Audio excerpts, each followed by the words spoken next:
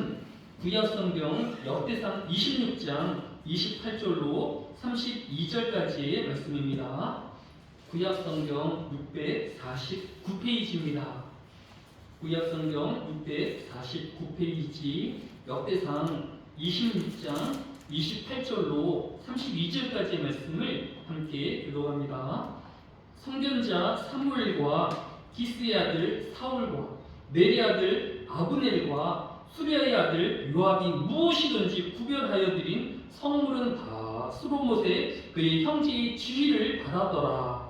이스라엘 자손 중에 그나나와 그의 아들들은 성전 앞에서 이스라엘의 자손은 가정과 재판하게 되었고, 헤브론 자손 중에 하사랴와 그의 동족 용사 1700명은 요단 서쪽에서 이스라엘을 주관하여 여호와의 모든 일과 왕을 섬기는 책임을 맡았으며, 헤브론 자손 중에서 여리야와 그의 족보와 전통적으로 헤브론 자손의 혈통을 받아들였다가 다윗과 그의 이들이 40년에 길르앗 다셋에서 여호와의 큰 성전을 얻었으니 그의 형제 중 2700명이 다 용사요 가문의 우두머리라. 다윗 왕이 그들로 루벤과 갓과 므낫세 반지파를 주관하여 하나님의 모든 일과 왕의 일을 다스리게 하였더라. 아멘. 오늘 본문의 시작인 역대상 26장 28절은 선견자 사무엘, 기스의 아들 사울, 넬의 아들 야브넬과 수리아의 아들 요압이라고 시작하고 있습니다. 여기에 나타난 네 명은 구약 성경에서 가장 유명한 자이고 또 영향력이 있었던 사람들인 것을 볼 수 있습니다. 먼저 선지자 사무엘은 사무엘상 7장 9절에서 사무엘이 젖먹는 어린 양 하나를 가져다가 온전한 번제를 여호와께 드리고 이스라엘을 위하여 여호와께 부르짖으며 여호와께서 응답하셨더라라고 하였습니다. 구약 성경의 가장 유명하고 또 영향력 있는 선지자 사무엘도 하나님 앞에 양으로 번제를 드리고 또 예물로 삼았던 것을 볼 수 있습니다. 또 두 번째로 이스라엘의 초대 왕이었던 사울을 언급하고 있습니다. 우리나라는 정권을 받으면 바로 앞에 지도자를 흠잡고 또 감옥에 보내는 것이 관례처럼 되어 있지만 지금 본문이 쓰여진 것은 사울 이후에 쓰여진 것임에도 불구하고 다윗은 자신의 10여 년 동안 죄 없음에도 불구하고 추격하고 또 죽이려고 하고 했던 사울을 비난하거나 신난하지 아니하였고, 사울도 하나님 앞에 가장 귀한 것을 예물로 드린 사람이라고 기록하고 있는 것을 볼 수 있습니다. 다윗은 이렇게 자신의 전임이었던 사울을 깎아내리지 않을 뿐만 아니라 사무엘하 9장 10절에 보면 너와 네 아들들과 네 종들을 그를 위하여 땅을 갈고 거두어 네 주인의 아들에게 양식을 베어주어 먹게 하라. 네 주인 아들 무비보셋은 항상 네 상에서 떡을 먹으리라 라고 기록한 것을 볼 수 있습니다. 다윗은 비록 자신을 죽이려 하였던 사울 왕이었지만 그의 손자인 무비보셋을 왕의 식탁에 초대해서 매일같이 함께 식사를 하는 자리에 초대하였던 것을 볼 수 있습니다. 또한 성경이 사울을 깎아내려서 신앙이 없는 사람, 믿음이 없는 사람으로 이야기하는 것은 아마도 사무엘상 15장 9절에서 사울과 백성이 아갑과 그의 양과 소의 가장 좋은 것 또는 기름진 것과 어린 양과 모든 좋은 것을 남기고 진멸하기를 즐겨 아니하고 가차없고 하찮은 것을 진멸하니라 라고 한 것에 대한 오해가 있는 것 같습니다. 물론 사울 왕이 하나님께서 아멜렉을 치고 또 아멜렉의 모든 것을 진멸하라고 명령하셨는데 사울 왕이 이 말씀에 순종하지 않은 것은 분명합니다. 그렇다고 하여서 이 사울이 그 아멜렉의 모든 본문을 자신이 취한 것이 아니면 오늘 본문이 이야기하고 있지 아니합니까? 기스의 아들 사울이 구별하여 드린 성물이라고 하였습니다. 사울도 하나님에게 드릴 예물은 빠짐없이 하나님께 드렸는데, 다만 하나님께서 진멸하라고 하였던 아멜렉의 짐승들, 또 기름진 것을 남겨서 자신으로 삼았던 것이 문제가 되는 것을 볼 수 있습니다. 사울이 하나님의 명령에 온전히 순종하지 못한 것은 책망받아야 하지만 사울이 하나님을 예배하는 자로, 또 하나님의 가장 귀한 것으로 봉헌하는 자라는 것은 오늘 본문이 우리에게 교훈하여 주고 있는 것을 볼 수 있습니다. 또 다음으로 아브넬과 요압은 각각 사울 왕과 또 다윗의 군대 장관이었습니다. 고대 시대의 왕 다음으로 권력자가 군대 장관이었을 것입니다. 가장 많은 재물을, 또 가장 높은 권력을 가진 이 군대 장관들도 하나님 앞에 봉헌하는 것에는 가장 귀한 것으로 하나님께 드린 자들이다라고 오늘 성경이 기록하고 있는 것을 볼 수 있습니다. 오늘 이 시간 우리가 먼저 기도할 것은 우리나라의 지도자들이 하나님 앞에서는 이렇게 마땅히 돌려야 할 영광을 돌리고 또 감사하는 지도자가 되어지며, 또 모든 하나님의 백성들이 하나님을 존중하며 또 하나님을 경외하는 모든 자가 되어지기를 위하여 기도해야 할 것입니다. 모든 사람이 하나님의 기준에 다 부합되지는 못할 것입니다. 사울이 흠이 있었던 것처럼, 또 다윗이 또 하나님 앞에 범죄함이 있었던 것처럼 각각 크고 작은 이런 모양 저런 모양의 흠결이 있지만, 그럼에도 불구하고 하나님의 백성으로 또 하나님의 예배자로서의 삶을 살아감을 우리도 기억하여서 우리 안에 죄는 이 사순절 기간 동안 깊이 되돌아보며 회개하는 시간을 갖고 또 하나님 앞에 예배자로 사는 저와 여러분이 되어야 할 것입니다.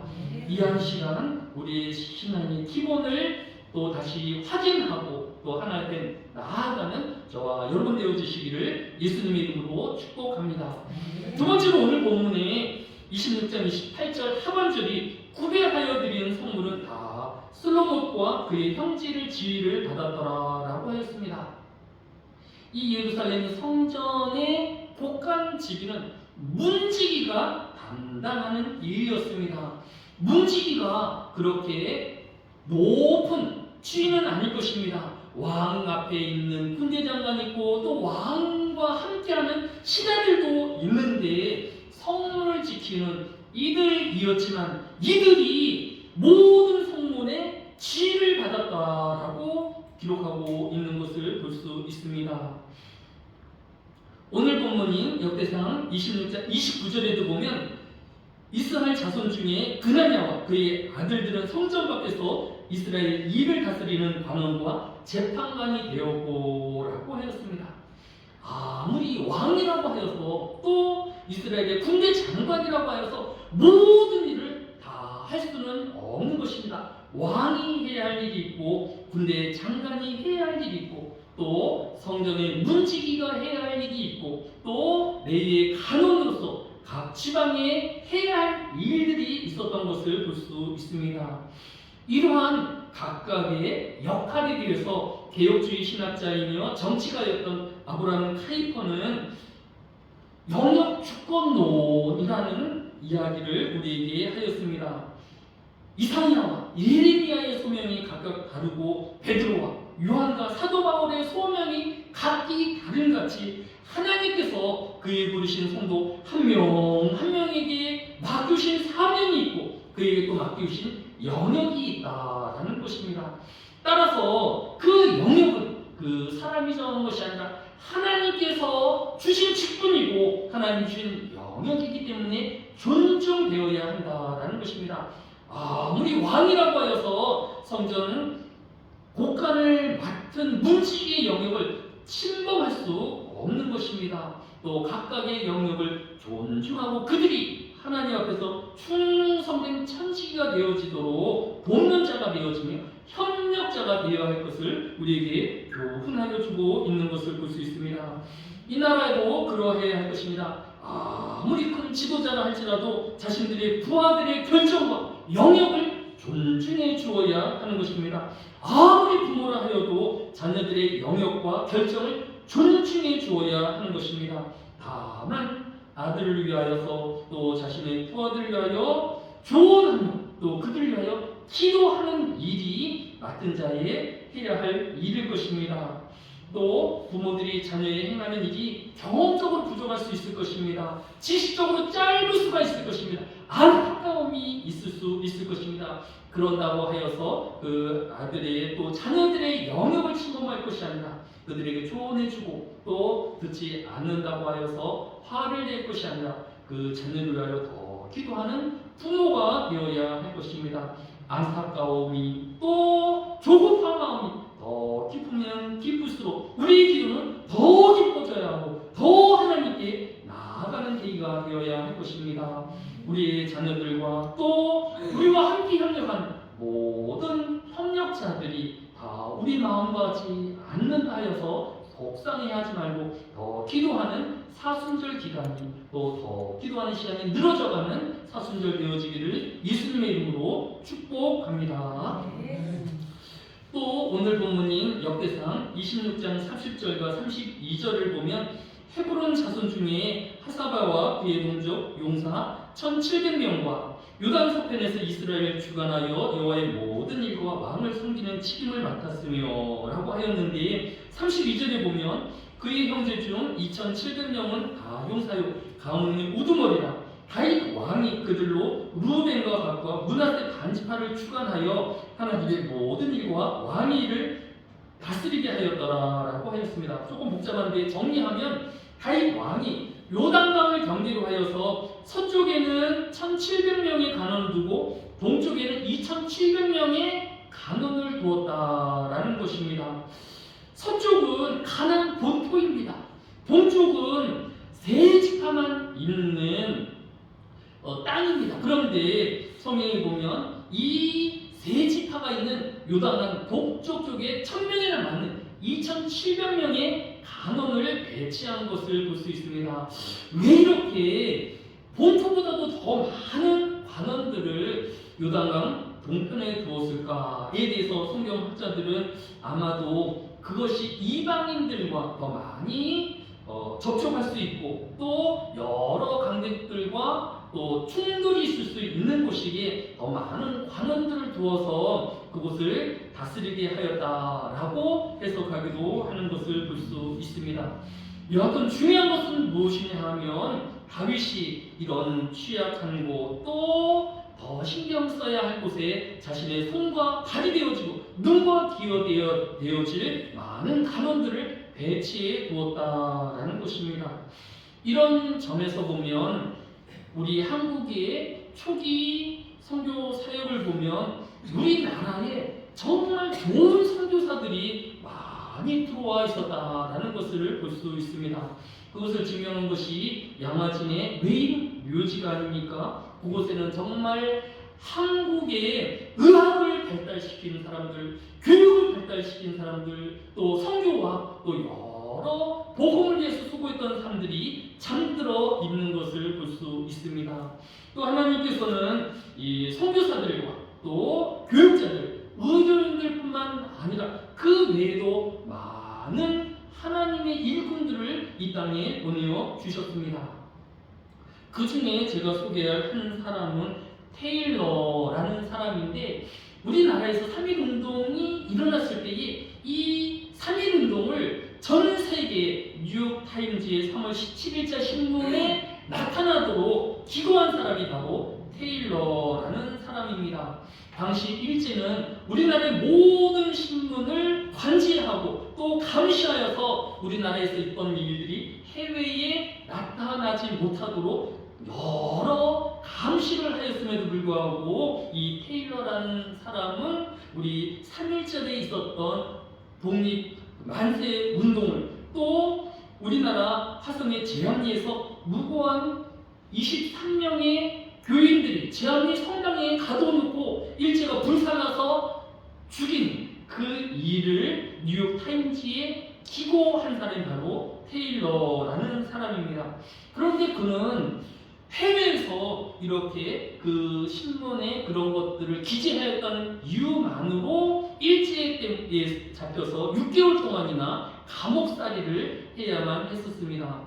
어떻게 보면 이렇게 해외에서 우리나라의 독립을 또 일제가 우리나라를 이렇게 강압적으로 또 비인도적으로 지배하고 있다라는 것을 최초로 또 뉴욕타임즈와 같은 큰 신문사에 기고한 사람이기 때문에 얼마나 우리나라를 위해서 수고하고 애쓴 사람입니까? 그런데 그가 살았던 집이 작년 2021년에서야 문화재로 선정되어서 일반에게 공개되었다라고 합니다. 그 전까지는 일반 가족집처럼 이 사람 저 사람 사는 집이었는데 우리 정부에서 뒤늦게 그 사실을 알고 기념관으로 바꿨다라고 합니다. 지금 서대문에 있는 적십자병원 바로 뒤편에 올라가게 되어지면 딜쿠샤라는 건물이 한 채 있다라고 합니다. 2층에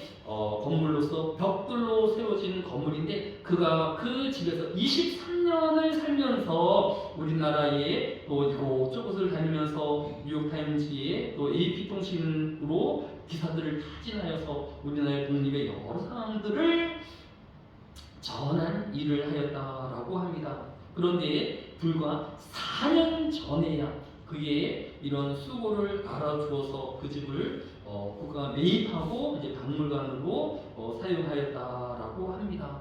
하나님께서는 그 혜택을 입은 우리나라조차도 기억하지 못하고 알지 못함에도 불구하고 하나님은 좋은 선교사들을, 교육자들을, 의사들을 또 이런 좋은 외국인들 우리나라에 보내주셔서 우리나라를 또 복음화하는데 또 이런 민주화와 또 현대화하는 데 사용하게 하여 주신 것을 볼 수 있습니다.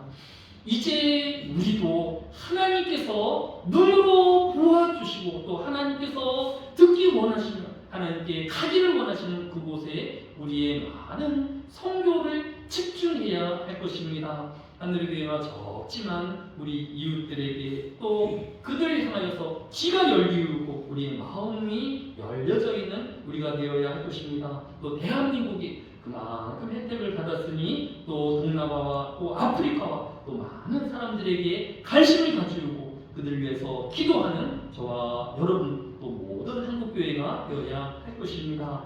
사순절이 이러한 일들을 감당하며 또 우리가 해야 할 일을 묵묵히 짊어지는 기간 되어지시기를 예수님의 이름으로 축복합니다.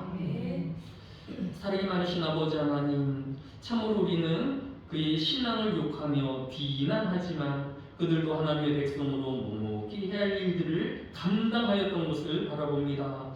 그들의 여러 물결이 있었습니다. 다윗의 범죄함이 있었고 또 사울의 부족함이 있었습니다. 우리가 그들을 비난할 것이 아니라 우리 자신을 되돌아보는 사순절이 되어지게 하여 주옵소서. 더 많은 빈틈이 있지 아니합니까? 더 많은 불신이 우리에게 있지 아니합니까? 주여 더 회개하는 기간을 되어지게 하여 주시고 이 사순절 통하여 우리가 하나님 앞에 더 가까이 나아가는 기간들이 되어지게 하여 주시기 바랍니다. 또 우리는 우리 분수를 알아서 마땅히 책임져야 할 우리 위치를 지키게 하여 주시고 또 우리 협력자들과 또 나를 위하여 기도하는 자가 되어지게 하여 주시고 그들을 돕는 자가 되어지게 하여 주시기 바랍니다.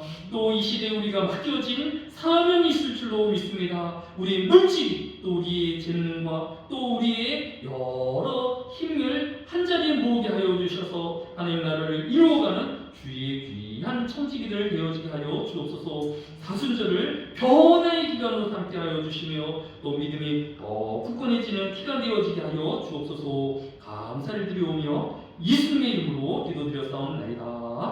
아멘. 다 같이